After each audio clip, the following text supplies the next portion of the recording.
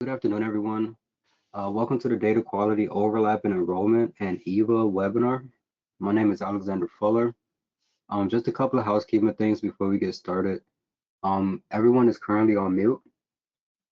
I do encourage everyone to utilize the questions function of GoToWebinar if you have questions throughout the presentation. I'll try to answer them in real time or while we're still on the slide. This recording will be available on the help desk tomorrow in its respected article, as well as the slides. So we are going to get started just because we have a lot of content to get through today. But again, any questions, please feel free to ask in the middle of the presentation. Don't wait to the end.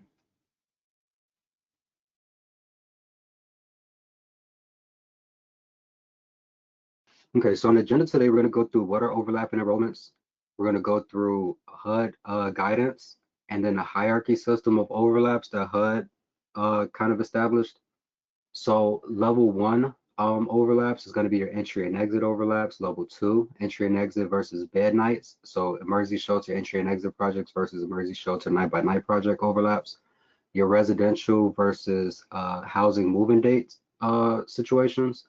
And then level four is going to be your permanent housing overlaps. So that's everything between permanent housing versus permanent housing or permanent housing versus wrappery housing. We're then going to talk through utilizing EVA for data quality, and then we're going to get into best practices, and then we're going to do a live demonstration of how to access your EVA report via HMIS, and then how to, upload it and kind of review the results of it. And then we do have some resources that'll help you navigate overlapping enrollments as well as EVA. And if we have time, we'll answer any remaining questions.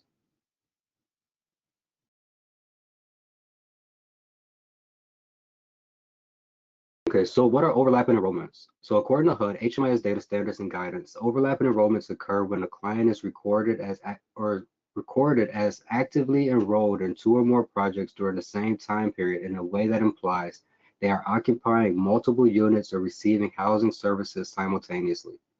This is considered a data quality issue because it suggests a physically impossible situation unless specifically allowed by funding rules. So the way that you kind of identify these things is that both enrollments overlap in dates. So it's either going to be the entry and exit dates of the projects are overlapping, or those entry and exit dates are overlapping with another project's housing moving date. So depending on the type of project is going to depend on the type of dates or data point that you're looking at to determine the overlap. And one thing to kind of talk about is that overlaps can occur across similar project types. So again, two emergency shelters can have overlapping enrollments with each other. Two permanent supportive housing projects can, as well as different project types. So you might have a shelter overlapping with a permanent supportive housing project. And both of those situations would have to be fixed. One thing to note is that I did include that unless specifically allowed by funding rules. So those would be situations such as joint TH, RRH, where the funding of that implies that you are supposed to have dual enrollments, or there's a situation where dual enrollments in a project could happen. So that's what I mean about specifically allowed by funding rules. But other than that, in 99% of the cases, overlapping enrollments are going to be things that you're going to want to fix. So I have an example scenario of an overlapping enrollment. This is kind of a pretty common one that we come across. Is a client is enrolled in a permanent supportive housing project from 10/1/2024 to 10/18/2025. And the same client is also enrolled in a wrappery housing project from April 14th of 2025 to current. So this overlap kind of implies that the client is staying in two permanent housing projects at the same time. So this would be something that you will want to look into and correct.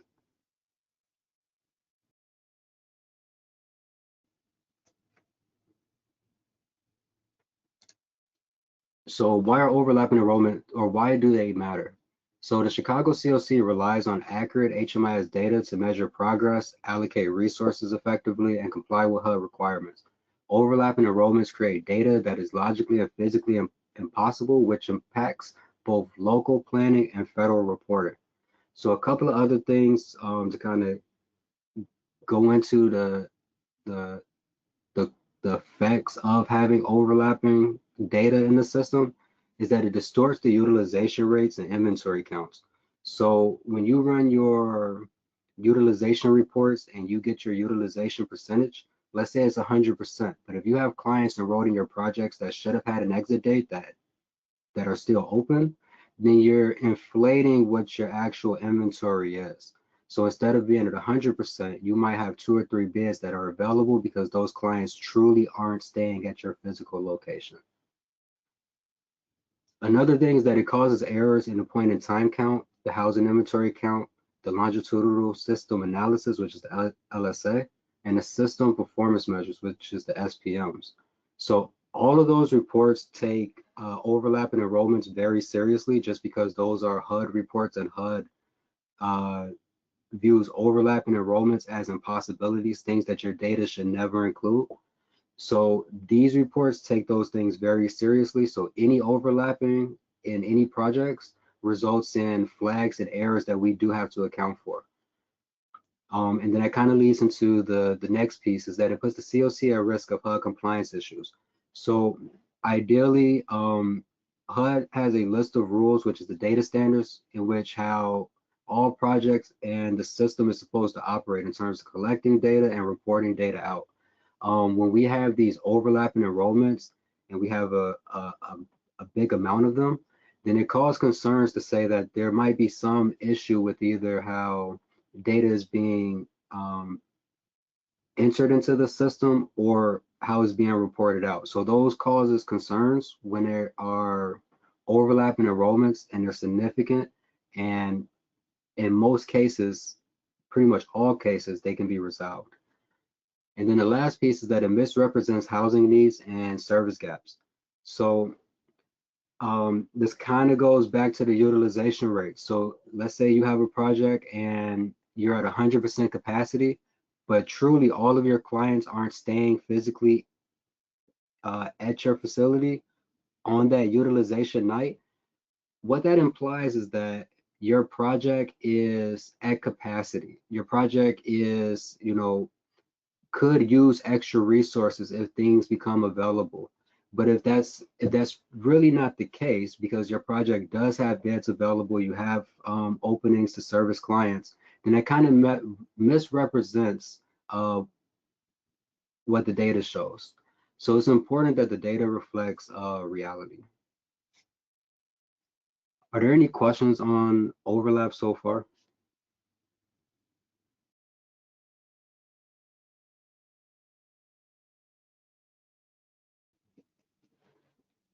Okay, so we're going to go through HUD's guidance on overlaps. So HUD views overlapping enrollments as a critical data quality issue because they indicate situations that are not possible in real life.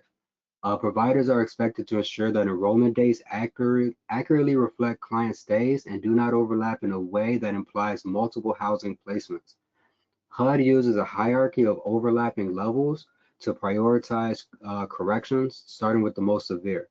So the way that these levels work is that level 1 is going to be things in which you need to fix immediately because there's really never an excuse for it. Level 2 is fairly the same thing, but there are some nuances in terms of how you fix night by night enrollments to kind of go along with the entry and exit enrollments. One thing to note though is that currently in our continuum, we only have entry and exit emergency shelters. So I'm going to go over level 2 just so that we all have the knowledge. But right now, these level 2s isn't really going to apply to any of the projects that's currently in the CLC. So level 1 is going to be overlaps between residential projects that use entry dates and exit dates to indicate occupancy. So that's going to be things such as your emergency shelter, entry and exit projects, your safe havens, and your transitional housing projects. Level 2 is going to be overlaps between entry and exit based projects and projects that use bed night dates, which are going to be the night-by-night shelters. So essentially, this is going to be entry and exit emergency shelters versus emergency shelters that are night-by-night. Level 3 is going to be overlaps between residential projects, entry and exit or midnight, and permanent housing projects that use housing moving dates. So what this means is that it's going to be between your emergency shelters, safe havens, and transitional housings against permanent housing projects such as permanent supportive housing and rapid housing, where the housing moving date actually determines when the client is housed. So the level 3, there's a tad bit of flexibility, but it's important to know the exact dates to make sure that there's no overlaps against the housing moving dates. Level 4 is going to be overlaps between permanent housing projects. So this one is, in most cases, in this particular level, you're always going to have corrections to make. There's really not going to be a case in which the overlap is acceptable, but out of all of the other levels, this level here, there is some room where there could be valid situations, but it's very slim on how those are interpreted.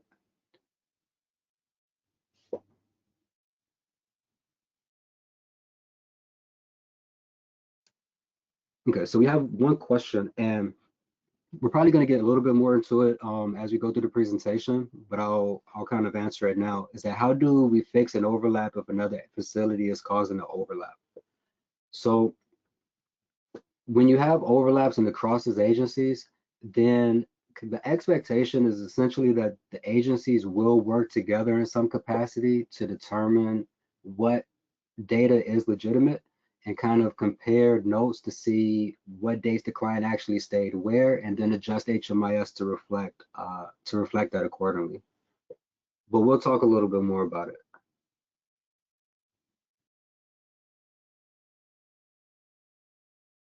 Okay, so for the first level is going to be level 1. So it's the overlaps between entry and exit based residential projects. So level 1 overlaps occur when a client is enrolled in 2 or more residential projects that use the entry date and the exit date to indicate occupancy at the same time. These projects include emergency shelters, entry and exit, transitional housing, and safe haven. Because these projects represent physical units where a client resides, any overlaps mean the client is recorded as occupying 2 units simultaneously, which is logically and physically impossible. HUD considers these the most severe overlaps and expects them to be corrected immediately. So again, these are going to be your emergency shelters, safe haven, and transitional housing. We do have a table on the right side of the screen that's going to show enrollment 1 and enrollment 2. So at the top, we see that 2 emergency shelters can't have overlapping enrollments with each other. Emergency shelters and the transitional housing project can't overlap. Emergency shelter and the safe haven project can't overlap. 2 safe haven projects can't overlap. Safe haven transitional housing and another transitional housing project can't overlap. So this is what HUD views as the most severe cases of overlaps, just because we're dealing with physical units. So these projects have physical locations where the client is staying. So if you have an overlap, it's essentially saying that the client is at 2 places at one time, which we know that can't be the case. So these are going to be the ones that you're going to want to fix immediately.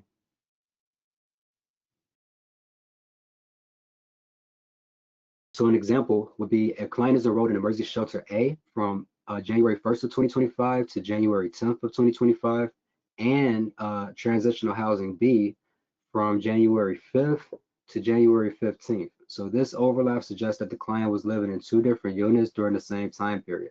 So for about 6 days, the client appears to have been staying in an emergency shelter and a transitional housing facility at the same time.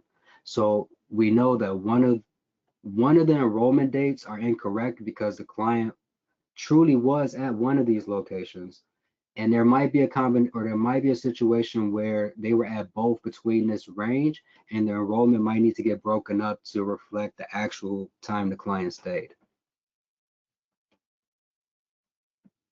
Okay, we have another question. Sometimes a family leaves an emergency shelter and is placed into our emergency shelter for the same day. who wins the conflict. So the way that the system works is that it allows you to add timestamps. So although enrollments land on the same day, so let's say a client leaves a shelter first thing in the morning at 8 a.m. and they arrive at your shelter at 1 p.m., that wouldn't cause an overlap because the time is going to be different. So if the time itself overlapped, so let's say they leave your shelter at 1 p.m., but then they're checked in at another shelter at 8 a.m. on the same day, that will kind of be an impossibility or an overlap. So that's going to be something you're going to want to correct. So just make sure you're utilizing the actual timestamps in those particular situations.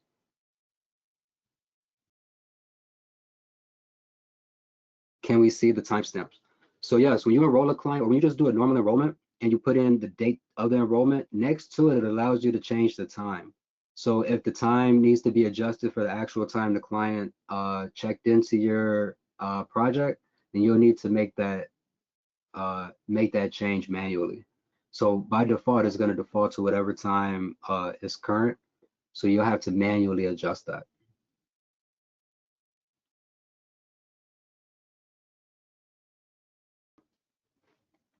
So I've listed a couple of provider steps that providers can do to kind of or providers can take to begin reviewing this data is that you're going to want to review the enrollment history in HMIS.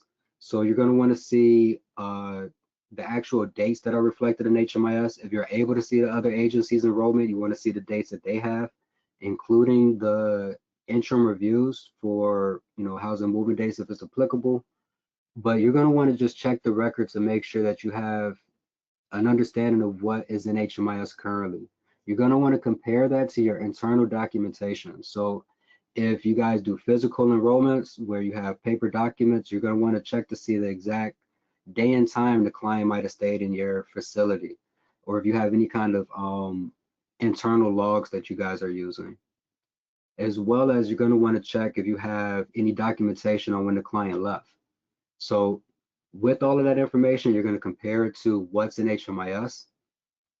If you know for a fact that the client was at your location, at that point, you're going to want to reach out to the other agency to kind of work on or coordinate what the dates are. So if you have documentation to support the client being at your facility, reach out to the other agency, see what documentation they have to support the client being at their facility, and then you guys should be able to work out accurate dates to reflect the actual activity of the client. One thing to note is that if you do have overlapping or duplicate enrollments where it's within the same project at your agency, so usually these are done by mistake. So you might have accidentally enrolled a client and created a second enrollment. So now you have two enrollments. You're going to want to remove that duplicate enrollment because that is also causing an overlap. So although it's the same project ID, if there's more than one for the client and it's open, it's going to be considered an overlap. So you're going to want to remove that. And then after corrections, another thing that you're going to want to do is that once you have all the dates sorted out for the situation that you're looking at, you're going to want to just take a quick look at the other enrollments around it that you might have visibility to, just to make sure you're not causing a new overlap with another project. It's a lot of steps to kind of remember, but the main key pieces to it is that you just want to make sure you have accurate entry and exit dates. You want to be able to reach out to other agencies if there are any conflicts with dates. Accidents happen, things happen. So, it's okay that the dates are wrong. It's just about making sure that, we're going in and correcting them.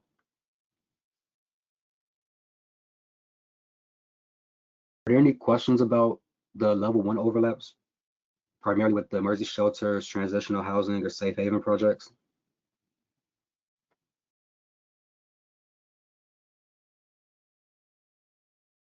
Okay, so we have another question. Where do we find the contact information for other agencies to collaborate, coordination of overlapping data? Perfect question. So we have a article on our help desk, which is the ATA resource list, which is going to give you the email for the ATAs of all of the agencies in the continuum. So we have that list there so you can reach out to them. They might not be the person that is able to assist you with that particular client or case, but should be your contact at that agency to be able to find whoever's working with that client at that agency. So that's going to be your first point of contact. I have a link towards the end of the slide, and we'll make sure that everyone has access to it.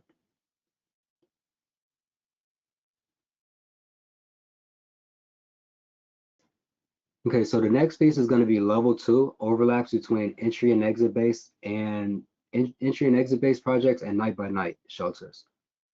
So again, we don't have any night by night shelters, so I'm going to kind of go through this pretty quickly. But level 2 overlaps occurs when a client is enrolled in a residential project using entry and exit dates, and also records or recorded for a bed night in a night by night shelter during the same period. These overlaps are physically impossible because they imply that the client was counted in 2 shelters on the same night. HUD expects that these to be corrected nearly 100% of the time. So what this really means is that emergency shelter night by night projects, the way that their bids are counted is that every day they're going in and putting in a service transaction to say that the client is at their facility. They're going to create an enrollment initially when the client first comes in, and they're going to constantly put in service transaction that reflects the client being there. So if you have a situation like that in the future and it's against an emergency shelter project, what needs to happen is that the night by night shelter needs to verify the exact days that the client was in their facility, and the emergency shelter, that's the entry and exit project, which is the longevity project, which is going to be the project start date versus the project end date, is going to show the time the client was in the project. That project is going to have to adjust their emergency shelter record to reflect those night by night stays at the other shelter. So instead of maybe having a week-long enrollment, you're now going to have an enrollment that might maybe start on Monday and end on Wednesday, and then pick up on Saturday and end the following week, to account for the other emergency shelter where the client was that night. An example would be a client enrolled in emergency shelter A, which is an entry and exit emergency shelter from January 1st, 2025 to January 10th, 2025, while also recorded for bed nights in emergency shelter on January 5th, the 6th, and the 7th. So these overlaps suggest the client was counted in 2 shelters during the same night. So again, it's important if this situation ever comes up that you have to account for, the nights that the client actually stayed in those night by night shelters. So night by night has to document their client activity on a nightly basis. So your entry and exit enrollment needs to, stop once the night by night starts and then pick back up once the night by night ends, if that makes sense.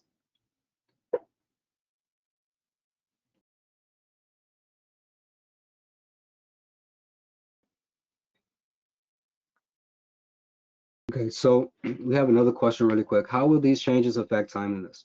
So these changes will definitely affect your timeliness. So if you're making any adjustments to a client record, it's gonna affect your timeliness.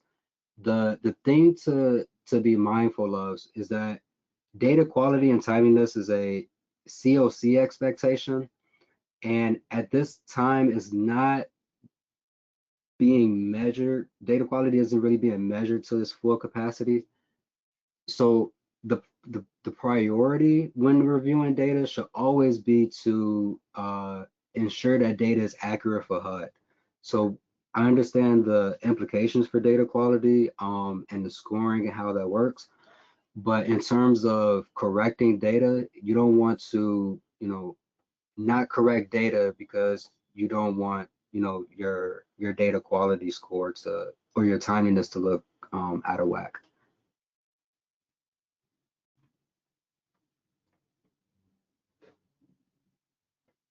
So the provider steps for this is pretty much the same. You're really just going to confirm the actual dates and times that you have documented at your agency. And if need be, you're going to compare that with the other agency that your project is overlapping with. And then you guys should be able to kind of coordinate what days the client actually stayed at which shelter. And then you'll be able to kind of document those shelter stays in HMIS.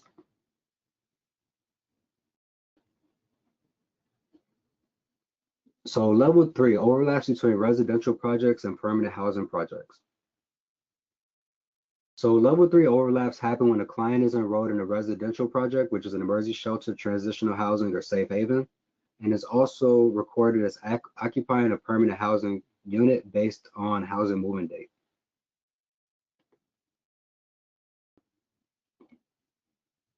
So this is the most common overlap in the community because clients often remain enrolled in shelter after moving into housing. So these overlaps create serious data issues. So what this means is that if you have a client enrolled in your permanent supportive housing project, but there's still an open enrollment somewhere for the client in emergency shelter. So from a system standpoint, the client appears to still be homeless because they're still utilizing a sheltered bed, and then they're also housed because they have a house and moving date. So then that kind of causes a serious conflict in the data. So HUD expects that nearly all level 3 overlaps to be corrected. A client can be enrolled in a permanent housing project before move-in, but once a housing move-in date is entered, the client should no longer appear at any shelter or transitional housing project. So what this means is that, again, for your permanent housing projects, is going to rely on the housing move-in date.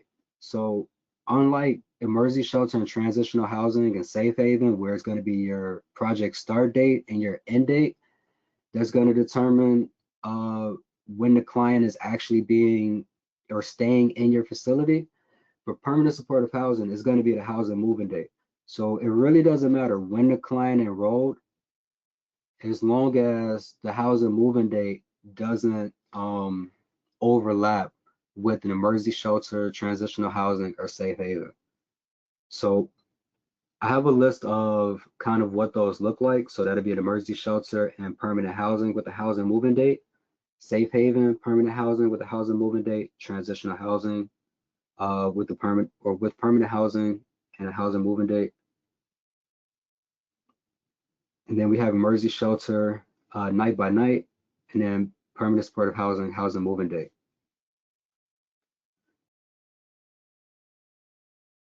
So one thing to notice about all of these on the right side is that it's all dependent on the housing moving date.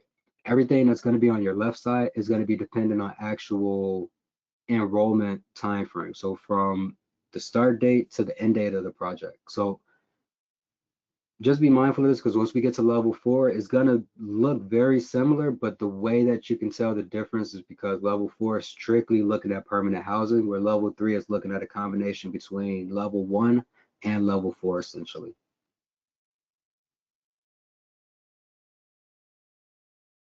Are there any questions before we move on to level 3 for permanent housing?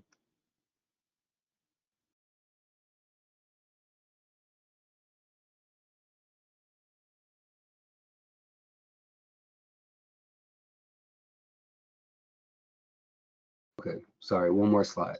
So for level 3, an example scenario would be a client enrolled in an emergency shelter project from February 1st to February 10th and has a housing movement date and rapid housing on February 5th. This means the client was recorded as homeless and housed at the same time.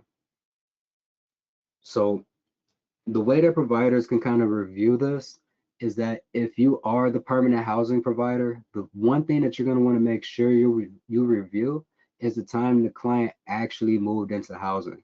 So whether that be the intake form, if you're a permanent housing project with permanent housing on site, so clients move in as soon as they enroll in the project, or if you're finding rental units, so that could either be the lease date or the date that the client physically stayed in the unit. So if you have documentation on that, that can support the housing movement date that you have in the system.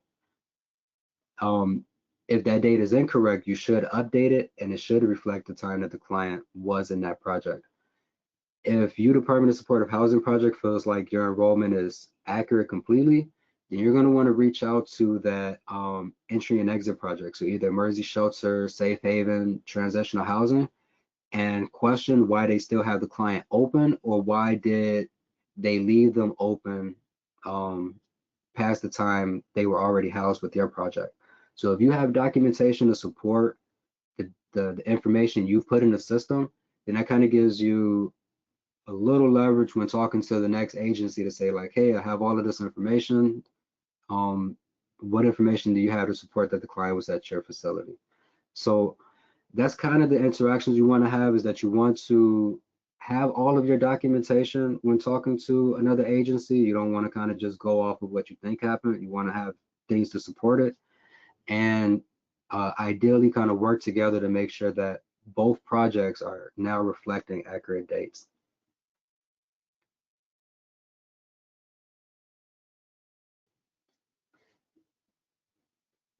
Okay, so level 4 is going to be overlaps between permanent housing projects. So level 4 overlaps occur when a client is enrolled in 2 permanent housing projects at the same time. This often happens during transfers between rapid housing and permanent supportive housing, or between 2 permanent supportive housing units. While less common, these overlaps can make inventories appear duplicated, misrepresent housing utilization. HUD expects these overlaps to be corrected 99% of the time. In very rare cases where dual enrollments are unavoidable, HUD requires full documentation explaining the situation. So there are situations where there could be an overlap when it comes to permanent housing, but it's very rare. So in times where the client might have 2 units, or might have a lease for 2 units, and they just haven't physically moved everything over, but they still are kind of occupying both units, then that might be an explanation that could be provided. But the thing is that any overlaps at level 4 needs to have an explanation. And those are going to be the explanations that we use to submit to HUD when these overlaps come up in system reporting.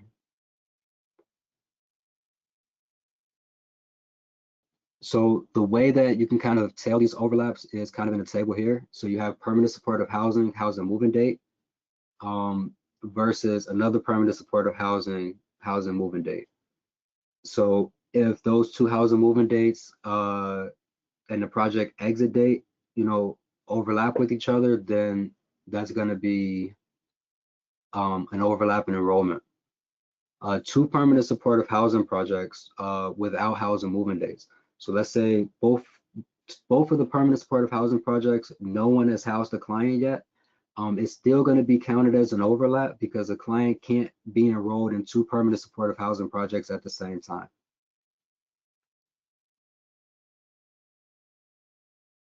When it comes to rapid housing, it's the same thing. So if you have 2 rapid housing projects and the client hasn't been housed yet, one project has to actually stop serving the client. So if it's legitimate where 2 projects are serving one client, one project has to stop serving the client. There's no way that 2 permanent supportive housing projects or 2 rapid housing projects can serve the same client at the same time. When it comes to rapid housing or permanent housing only, or permanent housing with services that has a housing moving date against permanent housing with a housing moving date, then those are going to be considered overlaps as well. The thing to note about this, which is going to be that 1%, is that if you have a project in which a client is transferred, and as I mentioned, there's a 1 or 2 day gap before the client is fully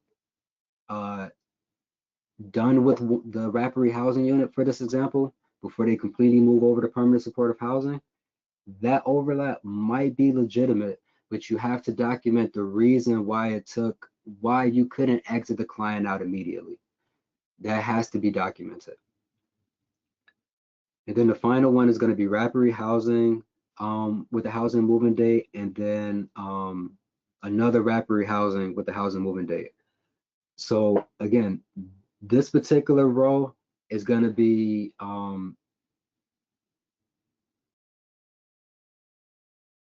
you know, there's no exceptions. All of them have to be fixed. Again, you can't have two rapid housing projects where both are showing that the client is housed by both projects. That can't happen. Same with permanent housing only and permanent housing with services. So the only one that gives you a little bit of um, an ability to say that this might be legitimate is in situations where the client is housed in rapid housing or permanent housing only or permanent housing with services, and then they're moving to permanent supportive housing. It's the only one.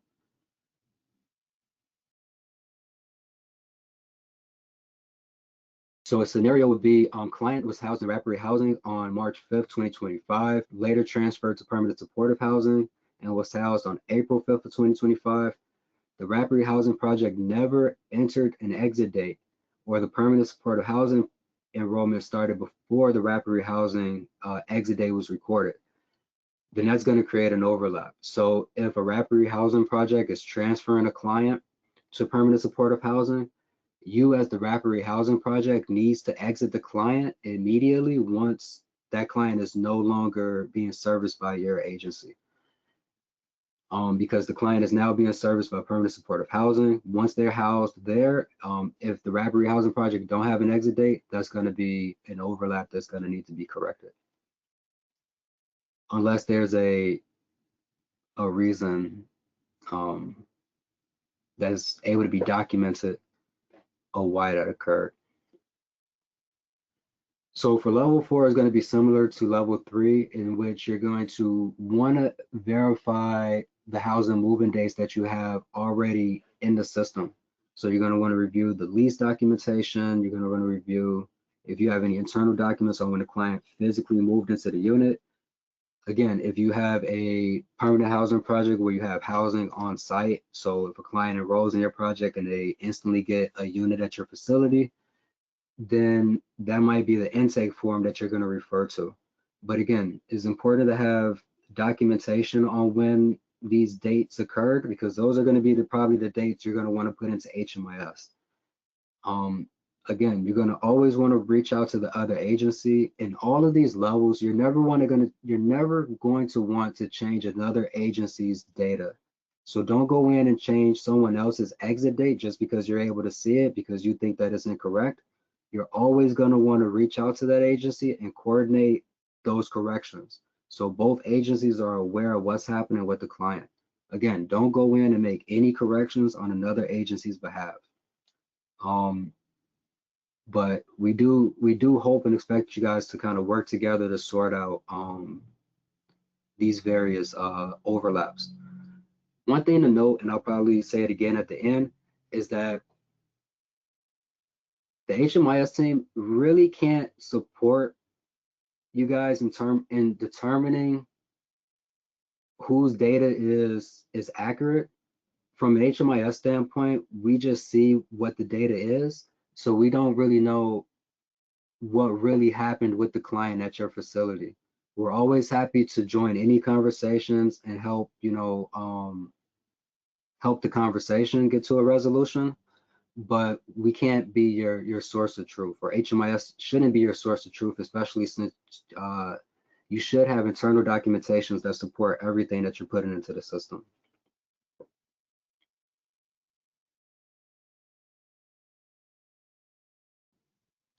Okay, are there any questions about overlaps before we kind of move over to Eva?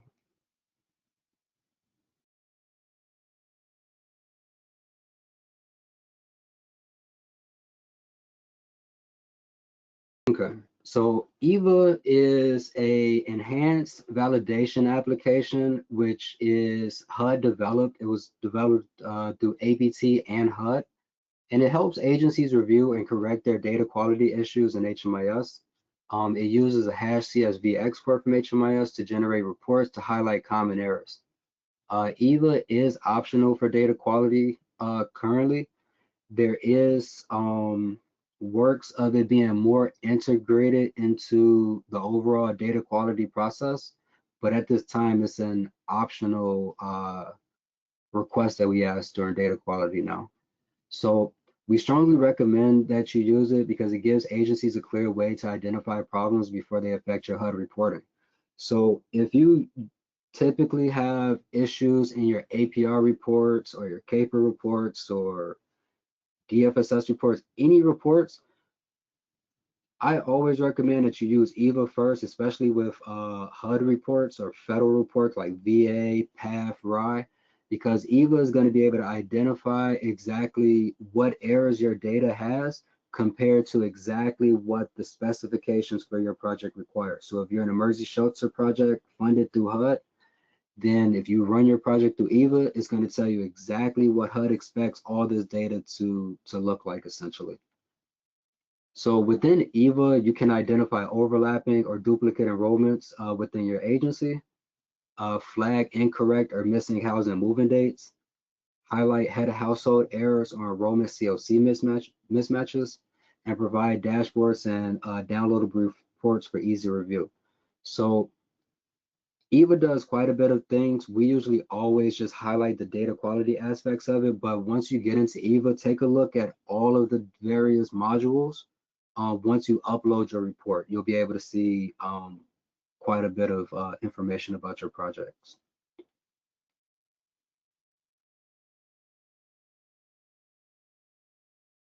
So I have some steps here of how to generate the hash CSV, upload it to EVA, and kind of some steps that you should take. I'm going to go through all of these steps in kind of a live demonstration in just a second, but I just thought it was important to have some of the steps here documented.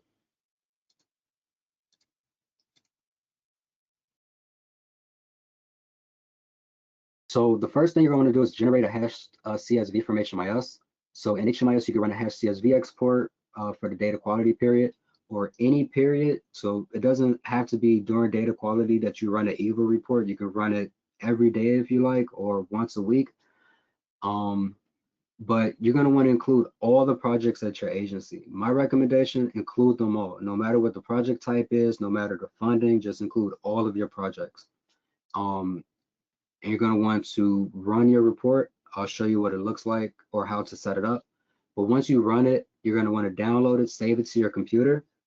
You're not going to want to open or modify the file at all. So if you make any adjustments to zip files that you download from HMIS prior to you uploading them to either Sage, the VA repository, the HUD, or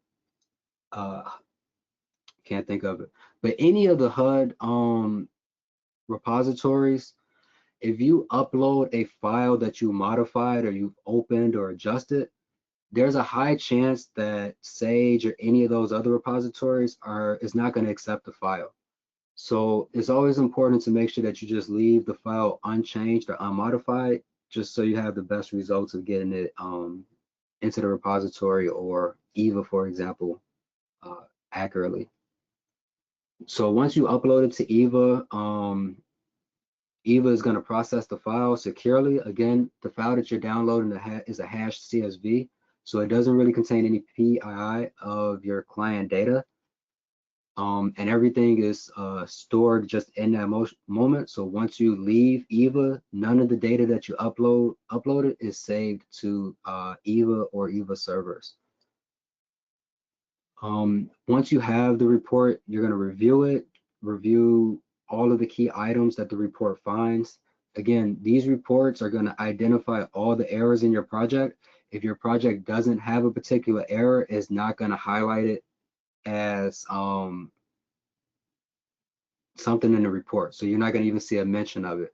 So for an example, if you don't have any head of household problems, your iteration of the report isn't going to have anything that reference head of households. But if you do have head of household issues, your report is going to populate guidance around those issues as well as what those issues are.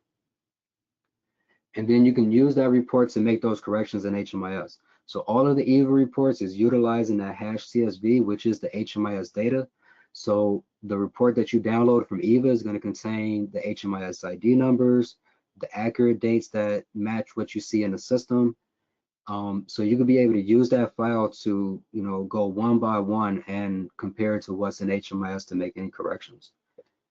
Once you do all of that, and you feel like you made all of the corrections to your EVA report, you should rerun it to make sure that those corrections have been made correctly or are showing up as you intended.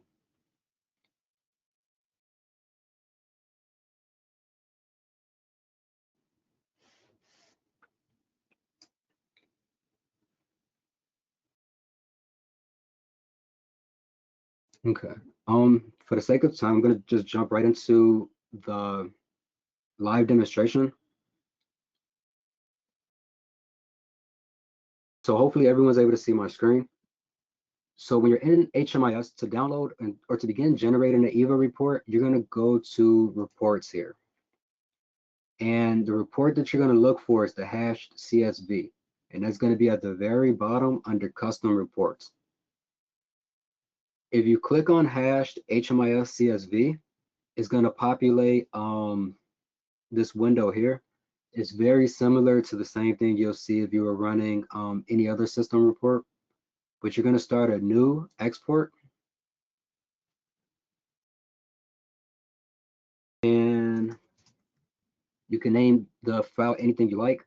One thing to note is that I do recommend that you include all the projects at your agency in one EVA report. That just keeps you from running multiple reports and trying to compare against each other.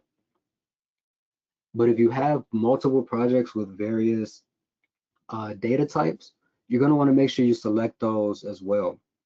So let's say you have a project that's funded through HUD and you also have a VA project and a PATH project. You're going to want to select all of them to make sure that the right data is being pulled in for the right project. So if you have an SSVF project, the making sure you select VA is going to ensure that you're pulling in those VA assessments that you complete. If you choose PATH, it's going to pull in the PATH assessments. So this is going to be based on what you're selecting when you're enrolling clients. Most projects choose HUD, so you'll choose your provider, you'll choose the type, which is HUD in most cases, but some projects choose VA, PATH, and RI. If you do that, in any case, you're going to want to make sure you select that here as well. The report allows you to run it by provider, so that means you can run them one at a time, or you can run it by reporting group. You can set up your own reporting group. If there's time, I can walk through really quick of how to do that. But if you have a reporting group already set up for all of your projects, you can run that. If you don't, you can set that up, or you can run it individually by just searching for your project. The start and end date are going to be the time frame you're going to be looking at. My recommendation is to always run a fiscal year and just make that consistent. Especially in terms of just your own review outside of like the data quality period. If you're just running it, run it for your fiscal year of that project, especially if you're running it for one project at a time. That just makes sure that you're capturing all the data about a client. So once you have all of this filled out, you can click run. Once you click run, it's going to populate in this table here of your run reports. So I ran one this morning to kind of save time, but the status here is going to go from pending to running to complete. Depending on how many projects you include, is going to take some time for it to generate. So once you have a completed file here, you can click the magnifying glass and you can click download results. And once you download the results, just be mindful that you know where you saved it. Just because you're going to have to find it again for the actual EVA software.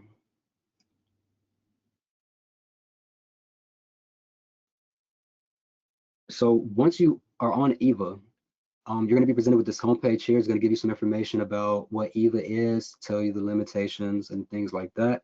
Where you're going to want to go is upload HMIS CSV export.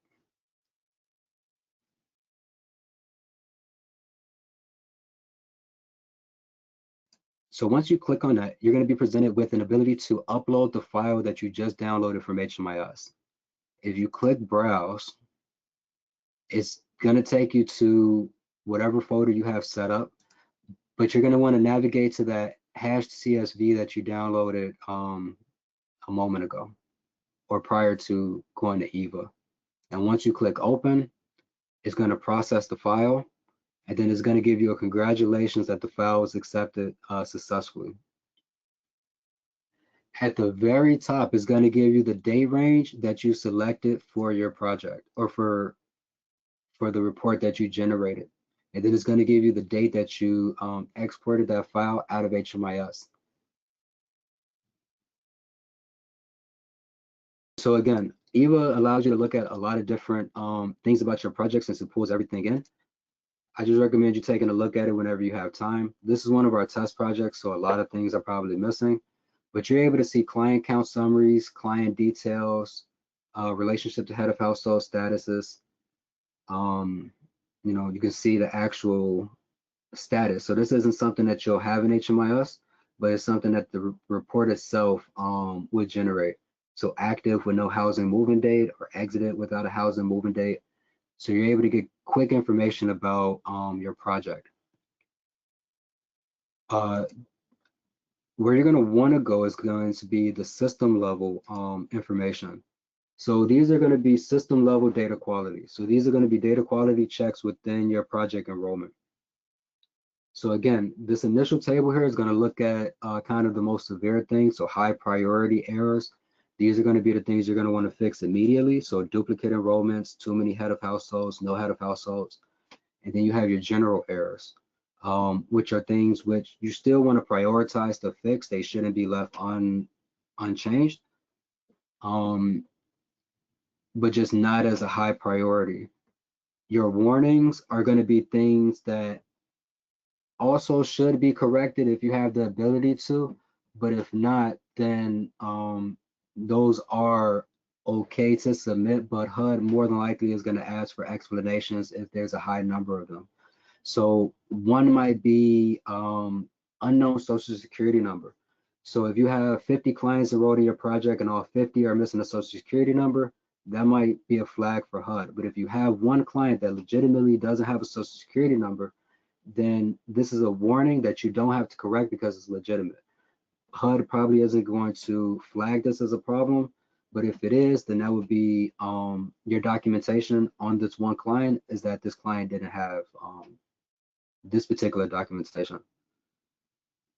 And that's the same for all the warnings here. So they should be corrected if you can, but if there's situations in which it's accurate and why you don't have this information, then you can leave it as is.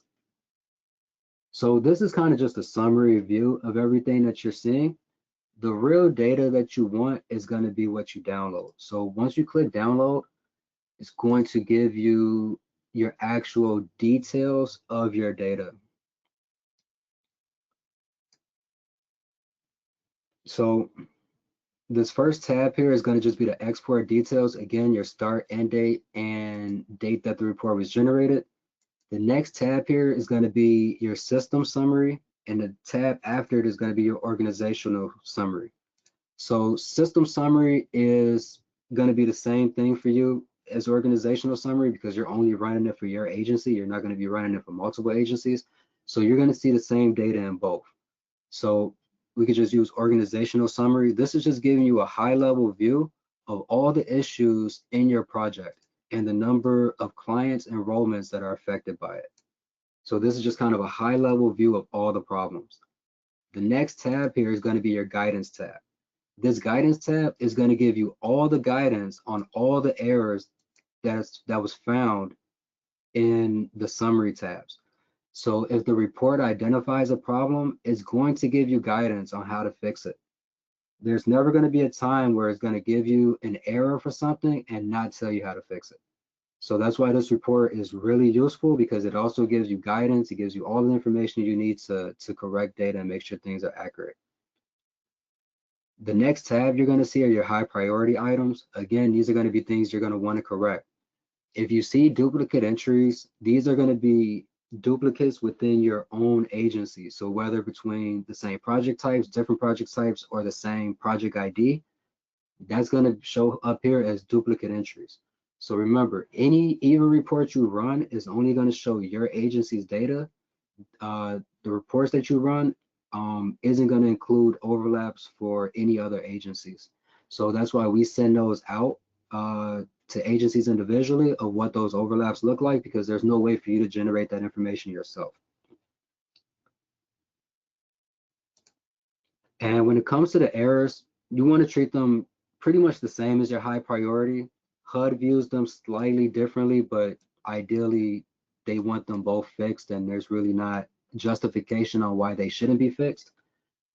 So you really want to treat them the same level of effort you'll put for high priority. You want to make sure that you're putting for the errors. So if you have things such as invalid housing moving date, that might indicate that the housing moving date that you put into the project is either after the exit date or before the project enrollment date, which would be considered errors. And again, your warnings are going to be the last tab, and those are going to be things where you should fix them if you have accurate data to put into HMIS, but there could be situations where it's valid that this is a warning for you, or this is an error. So one prime example would probably be social security number. So if you do have clients that don't have a social security number, this would still show up in these reports, but it's a valid error. Are there any questions about the EVA report at all?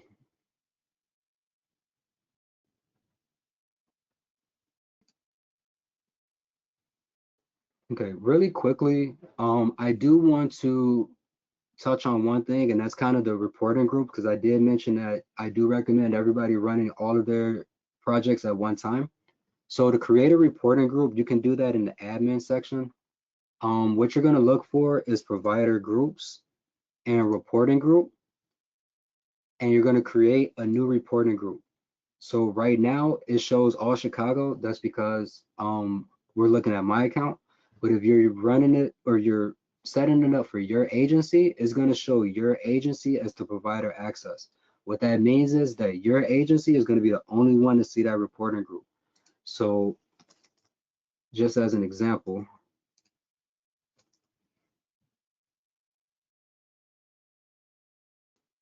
so if you set up a reporting group, you can add in all of the projects at your agency. You'll have to select them individually.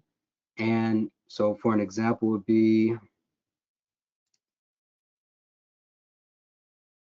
like if I wanted to do all Chicago projects. So let's say I wanted to include our entry and exit project, our permanent supportive housing project, and our rapid housing project, Safe Haven as well. So I'll click on the plus next to them. They'll all show up at the bottom here, and then we can just hit exit. So at that point, you'll see all of these projects in your reporting group. And you can just click save and exit. So once you do that, the reporting group is going to be available for you. And when you go to your hashed CSV and go to create a new CSV, you can click on reporting groups and then search for the name of the reporting group that you created that includes all of your projects. So that'll be how you set that up. Currently, we don't have an article on that just yet, but there will be one soon on how to set up reporting groups. But in the interim, again, you're going to want to make sure you go to provider groups and reporting groups. There's a lot of tabs here of different groups, but the one that you're going to want to go to is reporting groups. These other groups here is not going to give you the group that you need. Reporting groups is the only one.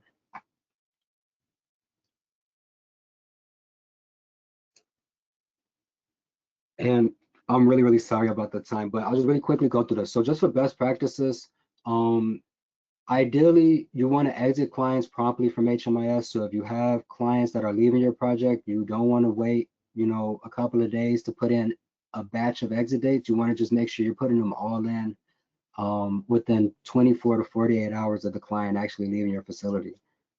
Verifying housing moving dates before entry. So you want to verify that the client or the client's housing moving date via either documentation or the lease prior to actually putting that information into HMIS.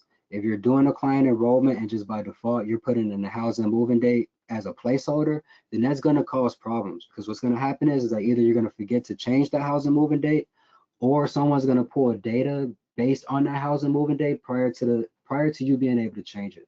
So it's always important that any information that goes into HMIS is accurate and reflective of the client's true situation. And you should always verify that through documentation or anything internal that you have that supports that. Another piece would kind of be communicate transfers immediately. So if you have two agencies that are working together to transfer a client from wrap-free housing to permanent supportive housing, just make sure that you guys are also reviewing the dates in which the agency is going to stop servicing the client and when this new agency is going to actually move them into housing. So you guys can coordinate the exit date of one project and the housing moving date of the next. And then the last piece is just utilize the tools that's available. So EVA is a really good tool at kind of identifying duplicate enrollments, especially within your agency. So those are kind of be the first ones that you always want to address. So there shouldn't really be a case for you to have overlaps or duplicates within your own agency, just because you're able to see those enrollments, you're able to see that data. Overlaps with other agencies are kind of justified just because you can't in all cases see what another agency might have put in. But if it's within your own agency, you do have that capability. And then we also have business objects reports that will also help with your data quality, pulling reports to see what housing moving dates are, your utilizations, so things like that. Can we provide a link to EVA? Yes, I can provide a link in the chat. Just give me 1 second. So this is the resources that we have available. We do have a overlapping enrollment help desk article that's available to review. It pretty much goes over everything that I talked through today, but in a lot more detail. You can also refer to the HUD HMIS data standard. So I have a link to that on the HUD exchange. Again, 2026 isn't available just yet, but you can still refer to 2024, which the wording should be exactly the same around overlapping enrollments. And then we also have an EVA help desk article, which will help you actually go through the steps of generating a report. And then we have the ATA resource list, which is where you'll be able to kind of identify all of the various agencies or the contact person for that agency.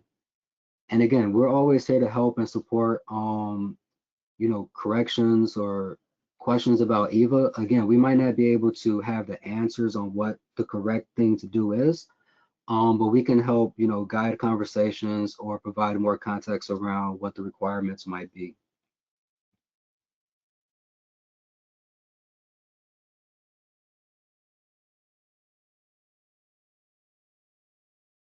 Are there any questions?